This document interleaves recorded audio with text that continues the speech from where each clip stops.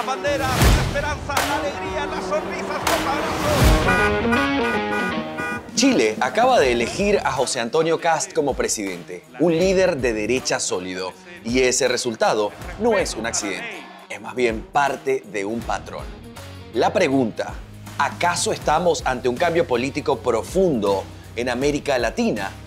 Hola, ¿qué tal, internautas? Soy Andy Chirinos y hoy te quiero explicar en palabras rápidas y sencillas por qué la derecha está avanzando de manera notoria en América Latina, en cada país. Pero, ¿cuáles son los factores que lo explican? ¿Por qué hoy el votante decide darle la confianza a la derecha? Todo lo vamos a ver acá enseguida. Pero antes te pido que te suscribas, actives la campanita y así juntos nos enteramos de lo que pasa. Durante la primera década del siglo XXI, hubo una amplia mayoría de gobiernos de izquierda en América Latina. Ese ciclo, conocido como la marea rosa, trajo altos niveles de corrupción, frustraciones económicas, inseguridad creciente y altos niveles de migración irregular.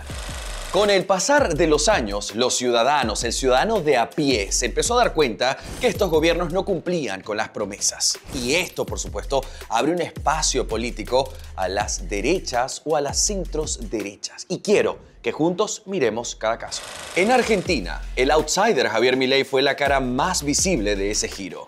Llegó con un discurso anticasta y de liberalismo económico, cuestionando el statu quo político tradicional. Milei canalizó el descontento económico y la frustración con la inflación y la inseguridad y terminó siendo electo presidente gracias a una fuerte base ciudadana que quería un cambio radical.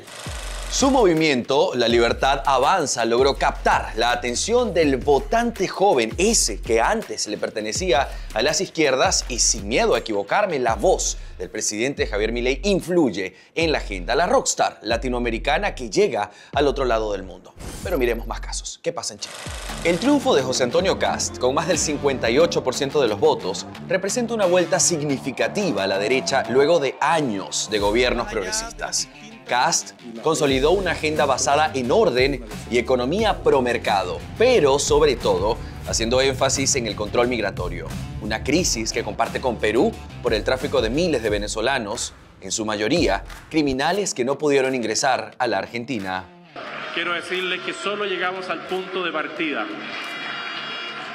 y los cambios comenzarán de inmediato. Ustedes van a ver cambios desde mañana en distintas áreas, pero los resultados no se van a ver al día siguiente. Esto requiere perseverancia, constancia, fortaleza, sabiduría para enfrentar las cosas, porque esto, como les digo, no es magia. Nosotros lo que les prometemos, lo que yo les prometo es trabajo, carácter, orden, decisión y convicción. Y ahí comienza el cambio que van a vivir los chilenos.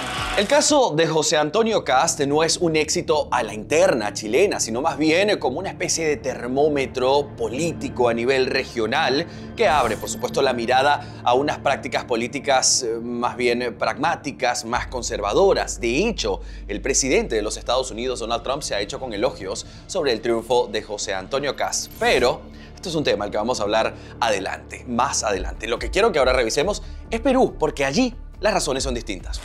La crisis política que derivó en la salida de Dina Boluarte dejó al país en un momento de búsqueda de estabilidad. Perú es un país donde la palabra del Congreso reina y las decisiones que toma el Ejecutivo pueden derivar en la dimisión del presidente. José Gerí, con un perfil de orden y gobernabilidad, asumió luego de ese quiebre institucional, reflejando cómo la demanda ciudadana de seguridad institucional ha impulsado a figuras más conservadoras. Y de Perú pasamos a Bolivia.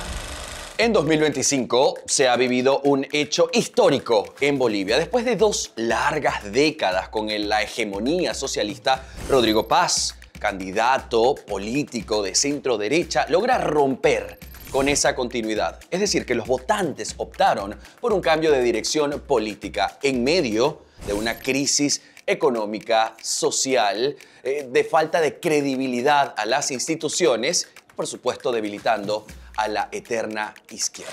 El quiebre político actual se explica por una dinámica de conflicto permanente en las calles. Durante los últimos años, el país quedó atrapado en una lógica de bloqueos constantes, cortes de rutas, paros sindicales y protestas que paralizaron la economía, afectaron el abastecimiento de alimentos y combustibles y deterioraron la vida cotidiana.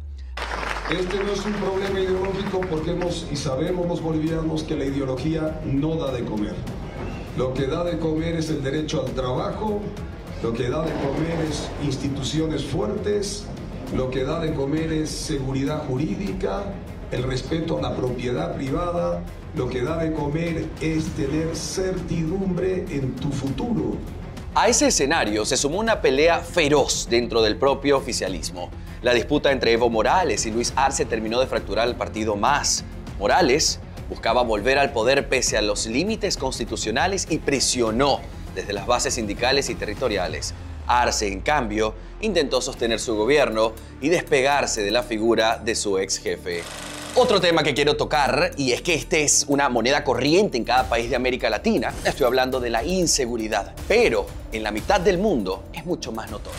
Daniel Noboa representa una nueva derecha pragmática en América Latina que llega al poder como respuesta directa al colapso del Estado frente al crimen organizado.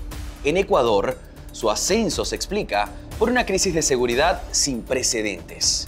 Narcotráfico, cárceles tomadas por mafias, asesinatos políticos y una sensación extendida de descontrol.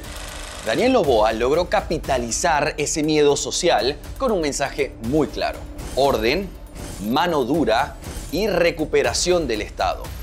Pero, ¿qué pasa en Paraguay? Santiago Peña consolida una derecha institucional que apuesta a la estabilidad, la continuidad y la previsibilidad económica en una región marcada por la incertidumbre. Su llegada al poder se da tras años de predominio del Partido Colorado, pero en un contexto regional distinto donde la demanda social gira en torno al orden, al crecimiento y la inserción internacional.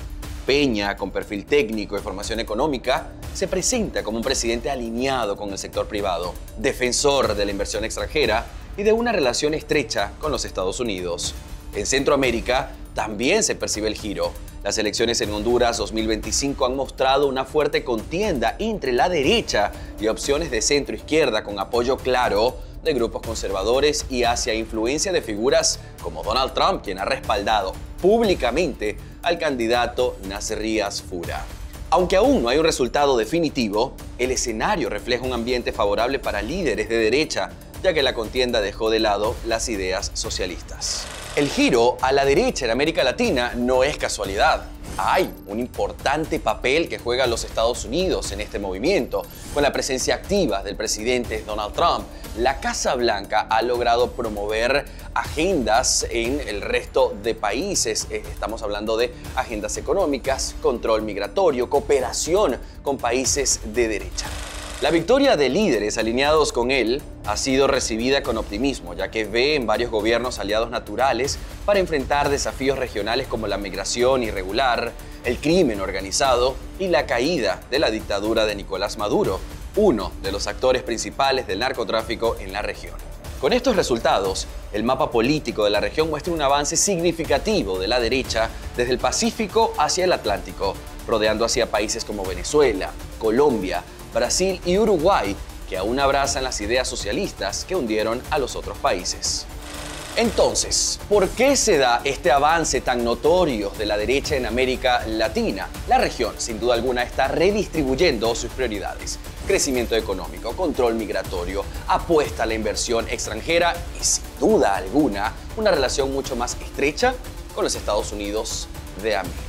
Gobernantes como Milei, Kast y Paz son respuestas inmediatas a gobiernos anteriores que no lograron dar una solución efectiva a problemas como la inflación, la inseguridad, sobre todo la frustración social. Si te gustó esta explicación, si la entendiste, te invito a que le des like, actives la campanita y así juntos nos enteramos de lo que está pasando. Te veo en un próximo capítulo.